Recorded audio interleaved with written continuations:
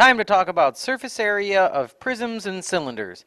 Now, surface area is a lot easier than some people think it is. Really, if you have a good understanding of all of the area of your basic shapes, it's not that difficult to pick up on surface area of prisms and cylinders. So the first thing you're going to have to do is you're going to have to find the area of the base. Now, the base is usually a shape other than a rectangle, unless we're talking about a rectangular prism. Okay, so as you can see, the first example we're going to do, this is called a triangular prism because the bases are the triangles. Now, in prisms, your lateral faces are rectangles. So, in any other shape other than a rectangular prism, your bases are always a shape that are not rectangles, okay? Unless, of course, it's a rectangular prism like a Kleenex box. The lateral area is always the perimeter of the base times the height. Now, special note about height. Height is the distance between the bases. Okay, that's your special note. So this, if we have a prism standing up, yeah, your height is going from top to bottom. But if we knock him over, then the bases are actually front to back. So you have to be careful. Remember, the height is not necessarily vertical in a three-dimensional figure. A lot of times we just knock it over so it's easier to visualize and draw and stuff like that. And finally, the total area. You have your lateral area, which is the stuff around, plus your two bases, because in prisms and cylinders you have a front and a back, or a top and a bottom base. So we're just going to step through one of these examples together. Now here's my little tip of the day. I always recommend that you draw a base all by itself. And of course, Pythagorean theorem will give you 13 for this hypotenuse of the right triangle. Now, if you draw the base separate, it'll make your work a little bit easier. First thing you want to do is find the area of the base. The area of a triangle is 1/2 base times height. So we're going to get an area of 30 for the base.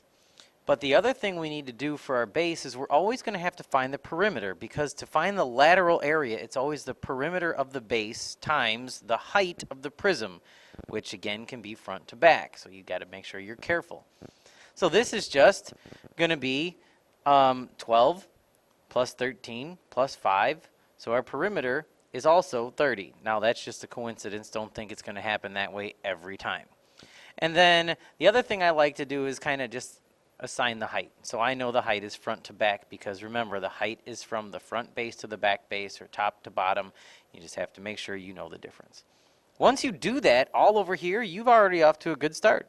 The base area, we already found it. It's 30 units squared. Now the lateral area is the perimeter of the base, which we found is 30. And that's going to be times the height of the prism, which is 10. So our lateral area is 300 units squared. So when we put this together, we have the lateral area, which is that piece, the bottom piece, and the back piece. Our bases, remember, prisms have two bases. They have a front base and a back base, or a top base and a bottom base, depending on how the shape is drawn. So that's why our total area, this is sometimes also known as TSA for total surface area, or sometimes it's just SA for surface area. Really, it all depends on which book, which teacher, whatever.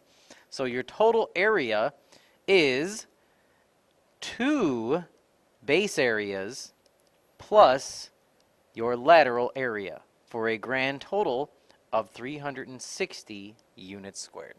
And that's it. That's how you find the surface area of a prism.